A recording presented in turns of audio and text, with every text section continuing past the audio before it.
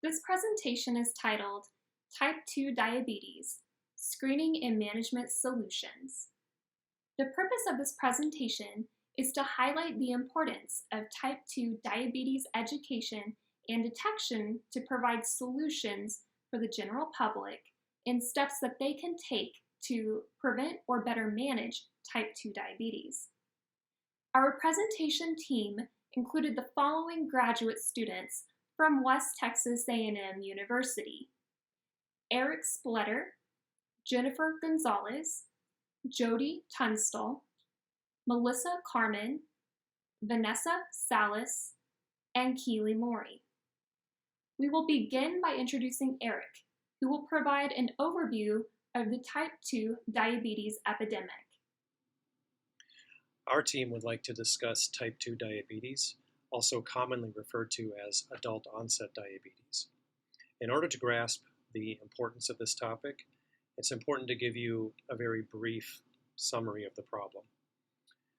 The Center for Disease Control and Prevention estimates that in the U.S., 30.2 million adults have diabetes. That's 12.2% of the population. And 84.1 million adults have prediabetes. That's 33.9% of the population.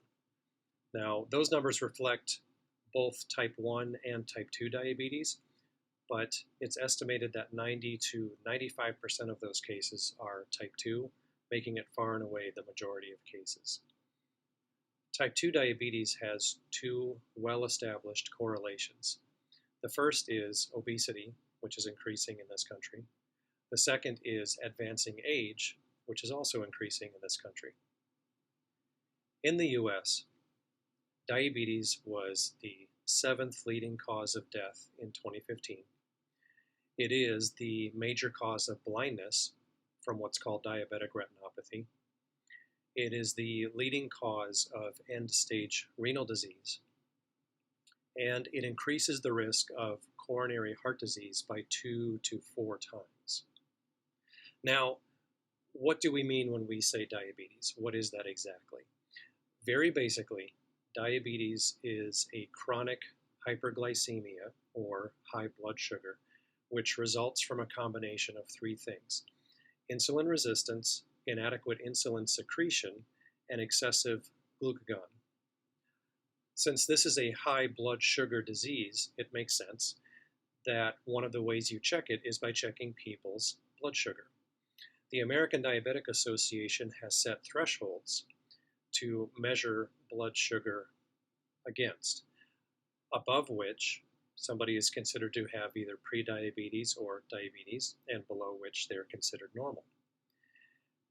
These measurements are also further subcategorized by if the blood sugar was taken randomly, was taken when the patient is fasting, or is measured after what's called an oral glucose tolerance test. There's an additional test, blood test, that looks at what's called hemoglobin A1C, which is also a diagnostic measure of diabetes. Thank you, Erik, for defining this condition, describing the prevalence of diabetes, and identifying the associated health risks that accompany diabetes. According to Bun's recent article, approximately $237 billion were spent in the U.S. for direct medical costs associated with care of diabetic patients in 2017. And diabetic patients, on average, spent nearly $17,000 a year paying for their medical expenses. The increasing prevalence of diabetes, the severity of the condition's impact on the quality of life, and the economic costs of disease management highlight a significant societal need for the medical community to provide education and support to promote early diagnosis and proper disease management. Through the remainder of this presentation, we will identify risk factors and present solutions for the proper management of diabetes through non-medicinal interventions, medicinal interventions, monitoring activities, and the implementation of social support for diabetic patients. First, Jennifer will discuss disease risk factors. To understand what prediabetes is, we are going to discuss risk factors. Your chances of developing type 2 diabetes depends on a combination of risk factors, such as your genes and lifestyle. Although you can't change risk factors like your family history, age, or ethnicity, you can change lifestyle risk factors around eating right, engaging in physical activity, and maintaining your weight. Researchers don't fully understand why some people develop prediabetes and type 2 diabetes and others don't.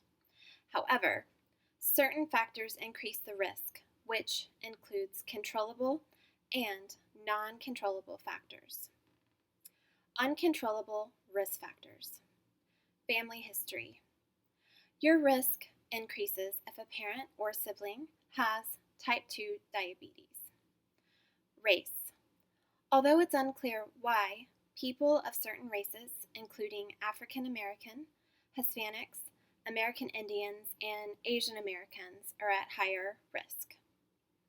Age. Your risk increases as you get older. This may be because you tend to exercise less, lose muscle mass, and gain weight as you age. But type 2 diabetes is also increasing among children, adolescents, and younger adults. Gender. Men appear to be at greater risk of diabetes at a younger age and at a lower body mass index, BMI, compared to women. Gestational diabetes. If you develop gestational diabetes when you are pregnant, your risk of developing prediabetes and type 2 diabetes later increases. Polycystic ovary syndrome.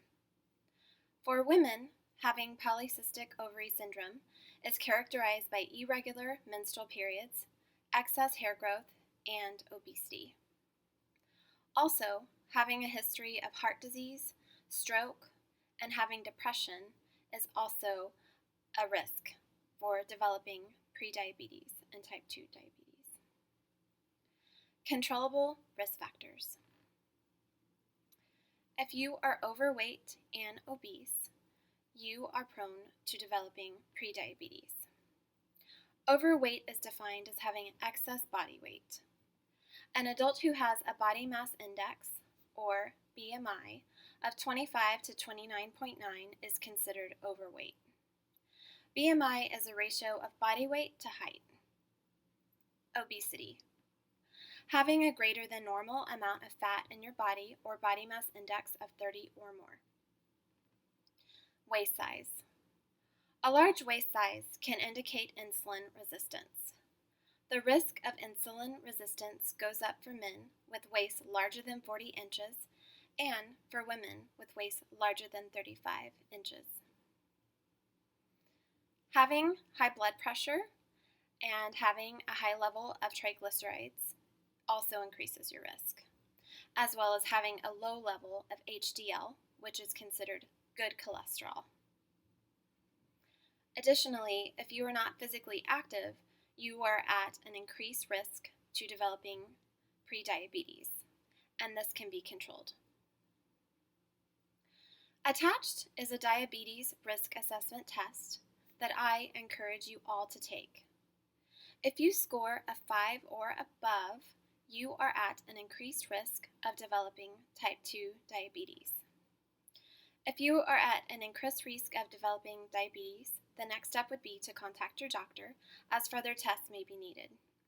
You may also access this test at diabetes.org or call 1-800-DIABETES. Now that we have discussed at-risk populations, Jodi is going to discuss non-medical management options with us. Diet and exercise form the foundation of a healthy lifestyle. Diet and exercise are especially important for people living with diabetes, as they are the most practical, non-pharmacological ways by which patients may significantly improve their blood glucose levels. First, let's talk about diet. A diet that consists of healthy eating is key. Healthy eating can help you maintain good general health, better manage your blood glucose levels, achieve target blood lipid levels, maintain a healthy blood pressure, and maintain a healthy body weight. Lastly, it can prevent or slow the development of diabetes complications. What can I eat is the most common asked question once one is diagnosed with diabetes. Basic eating guidelines for diabetes consists of eating regular meals throughout the day. It is important to not go for extended periods of time without engaging in some form of eating. Healthy eating plans consist of fruits and vegetables, lean meats and plant-based source proteins, less added sugar, and less processed food.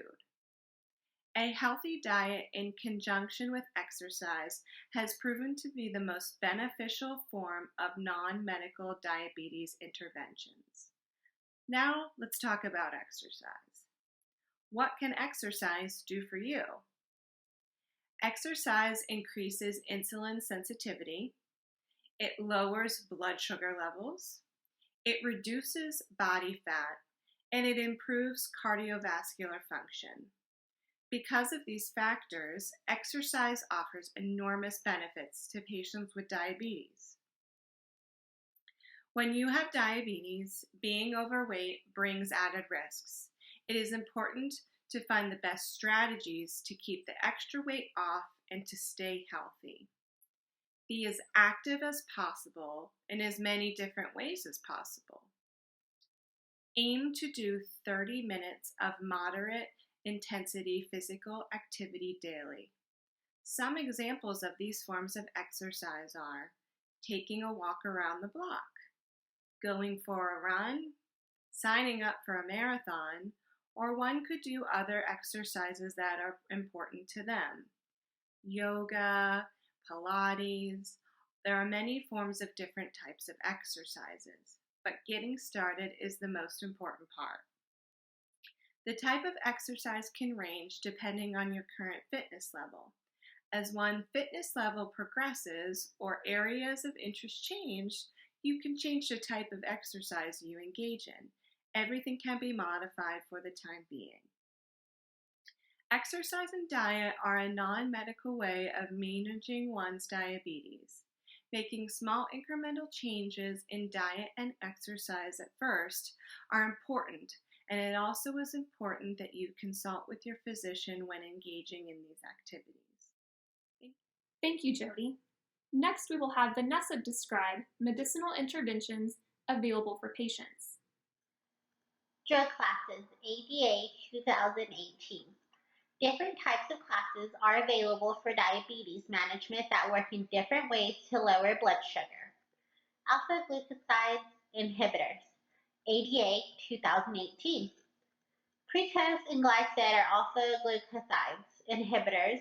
These drugs help lower blood sugar by blocking the breakdown of starches in the intestine. Starch examples include bread, potatoes, and pasta. Breakdown of some sugars, such as table sugar, are slowed down. This inhibitor slows the rise in blood sugar levels after a meal. Side effects include gas and diarrhea. Bignides. Metformin glucophage is a bignide. Bignides lower blood sugar levels that decrease by the liver's amount of glucose. Metformin lowers blood sugar levels by causing muscle tissue to become sensitive to insulin to allow glucose to be absorbed. This medicine is taken twice daily, and the usual side effects include diarrhea and can be improved when metformin is taken with food. Bile acid sequestrants, BASF. BAS are well called and is a combo drug of cholesterol-lowering medication that helps to reduce blood sugar in diabetics. BAS remove cholesterol from the body, such as ADL cholesterol, that is found to be elevated in diabetics. This medication can also reduce LDL cholesterol by combining bile acids in the digestive system. The body used cholesterol to replace the bile acids and will also lower cholesterol levels. This med is good for diabetics with liver conditions. The baths work with many indigestive systems and can cause gas, upset stomach, constipation is always a possible side effect. Dopamine 2 antagonists, Clysate and Parilodol, help lower blood sugar levels after any meal. The exact mechanisms of lowering blood glucose is not known. Side effects include nausea, headache, dizziness, sleepiness, and vomiting. DPP-4 inhibitors. This is a new class of medication that improves A1C and does not cause hypoglycemia, which is known as low blood sugar. Breakdown naturally occurs when GLP reduces blood sugar levels in the body. The breakdown process happens very quickly, that it does not work well being injected by itself. GLP-1 interferes and DPP-4 inhibitors allow it to remain active in the body longer, lowering blood sugar levels only when they become elevated. DPP-4 inhibitors do not cause weight gain and also have positive effects on cholesterol levels. The examples include Nasina, Trijecta, Onglyzide, and Januvia. They are all DPP-4 inhibitors currently on the market in the U.S. Magnolitides are drugs that are also used to stimulate beta cells to release insulin. Starlet and Pardin are magnolitides. These are sulfonylureas and magnetides that stimulate the release of insulin, so it is important to take the drug before meals. Hypoglycemia is known as blood sugar. Low blood sugar is the side effect. SGLT inhibitors. Glucose in the bloodstream passes through the kidneys where it can either be reabsorbed. Sodium glucose transporter 2, SGLT2, works in the kidney to reabsorb glucose. This is a new class of medication that is blocked by SGLT2 inhibitors, causing excess glucose to be eliminated in the urine. Evonkea and Farjogsa and Jardiance are all SGLT inhibitors that are FDA approved and used to treat type 2 diabetes. The increase in glucose level in the urine causes side effects of urinary tract and yeast infections. Sulfonylureas, ADA 2018. Sulfonylureas stimulate the beta cells of the pancreas to release more insulin. These drugs have been used since the 1950s, and diabetes is the only first-generation sulfonylurea still to be used today. The second generation has 3 drugs: glyburide, glutarol, and glutarol extended release, and glyburide. These drugs are generally taken 1 to 2 times a day before meals. Sulfonylurea drugs are all similar to effect on blood sugar, but the side effects differ. Once the meds are taken, the interactions that is caused by other drugs that can also be prescribed that are also treating diabetes. PCDS. Azendia and ACTOS are in the group of drugs called desynolides. These group of drugs are used to help insulin work in both the muscle and fat to reduce glucose in the liver production. Both drugs need close monitoring due to liver problems, which is a precaution and also increase the risk of heart failure in some. The effect of reducing A1C generally has few side effects. Oral combination therapy, ADA 2018. These drugs that are listed above act in different ways to lower blood sugar levels. Many combinations can be used to work together, such as metformin and glyburide. Taking more than one drug can cost more and increase the risk of side effects, only if one pill is not helping to control diabetes. Cost, Castro, 2018. Patients that do not have health insurance medication can be anywhere from $4 to $500 depending on the medication and how new it is to the market. Patients that are covered by insurance consist of out-of-pocket company copays that can range from $10 to $50 depending on the drug. Patients with multiple prescriptions, copays can range anywhere from $200 or more a month. Thank you, Vanessa. Next, Melissa will describe techniques for monitoring blood glucose levels. In 2017, the American Diabetes Association approximated that out of the 30.2 million people living with diabetes, 7.2 million of those people were undiagnosed. This is a very important value as we think about the burdens of this disease that was previously discussed. Diagnosis and monitoring of diabetes type 2 primarily involves two simple blood tests, an hemoglobin A1C test and a blood sugar level. We will discuss both tests in more detail to provide better understanding of how easy it is to be diagnosed and how to monitor this very prevalent condition. To begin, the approved gold standard for the diagnosis and monitoring of diabetes is the hemoglobin A1C test. This test requires a blood draw at the doctor's office that will provide an overall picture of a patient's ability to control their blood sugar over about a period of 2 to 3 months. It measures the percentage of hemoglobin that is covered in sugar within a patient's bloodstream. While that may sound complicated, the results are very easy to interpret. Below 5.7% glycated hemoglobin, you are considered in the normal range. 5.7 to 6.4% glycated hemoglobin, you are considered to be in a pre-diabetic stage. And anything above 6.4% glycated hemoglobin, you are considered to have diabetes. Now, after diagnosis, people living with this disease will need to have this test done about 2 to 4 times a year, depending on what the doctor thinks is best. This test will be used after diagnosis by the doctor to monitor treatment goals, modify therapy, and better assess the patient's diabetes management. Another very important aspect of living with diabetes type 2 is the ability for a patient to self-monitor their condition. This is primarily done by understanding the symptoms and at-home testing of blood sugar levels. When applicable, patients will perform a finger stick and use a portable glucose meter device that measures the amount of sugar in a small drop of blood.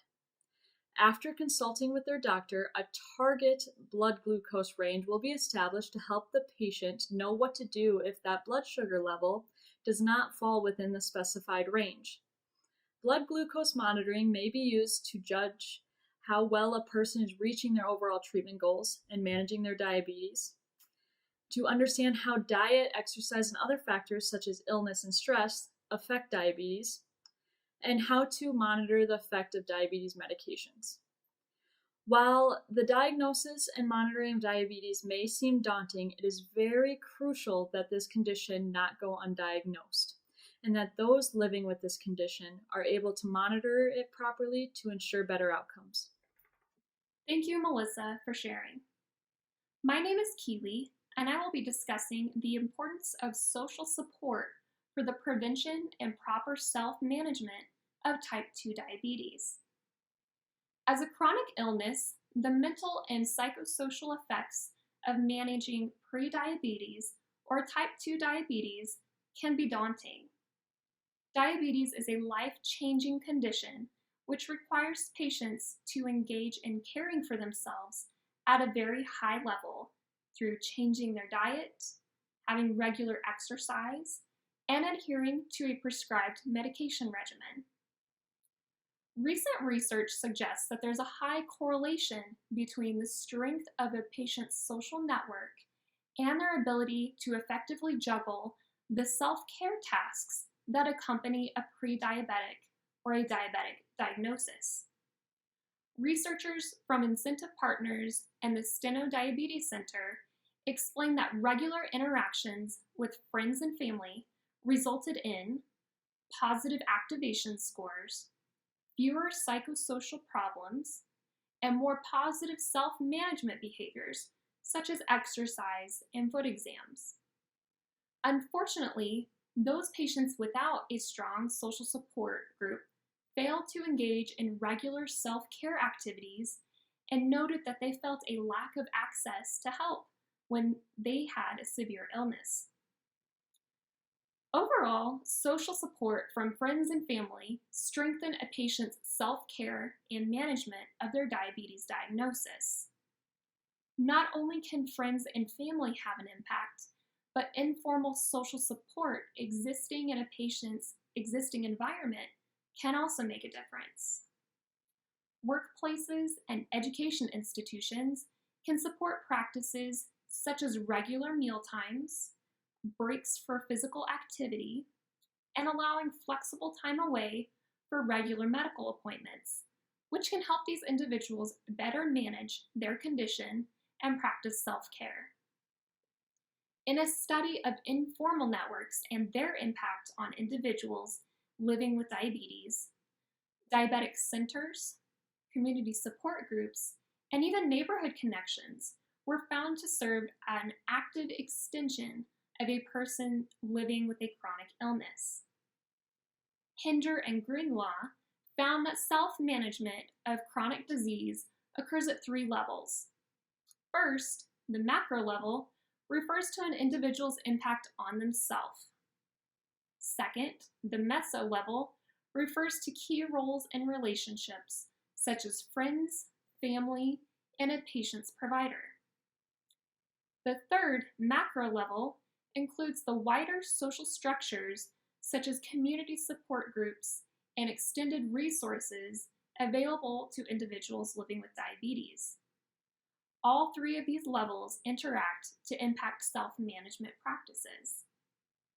This research supports our recommendation that development and utilization of social support systems should be considered as a key solution in supporting effective management of prediabetes and type 2 diabetes, in addition to the non-medicinal, medicinal, and monitoring interventions that we have previously discussed. To conclude this presentation, we have learned that prediabetes and type 2 diabetes are both highly prevalent conditions affecting Americans. We have proposed several solutions to support early detection and disease management efforts. Educating the public on risk factors of type 2 diabetes is important to supporting early detection and intervention. Encouraging non-medicinal intervention activities, such as eating a proper diet and exercising, can assist in the prevention or effective management of type 2 diabetes. Exploring the various medicinal interventions available provides an avenue for regulating blood sugar levels for pre-diabetic or diabetic patients. Monitoring diabetes through hemoglobin A1C and blood sugar testing can support patients' management of their condition.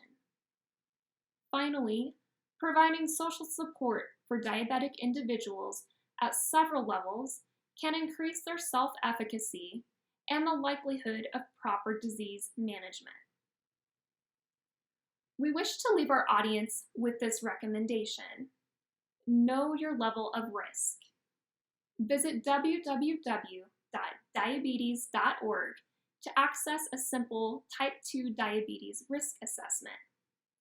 If you show an elevated risk of developing type 2 diabetes, speak with your physician about blood glucose testing to monitor your health status. With early intervention and proper disease management, individuals living with type 2 diabetes can continue to enjoy a fulfilling lifestyle. Thank you for your time. We hope that this presentation has been of great benefit to your understanding of type 2 diabetes prevention and disease management.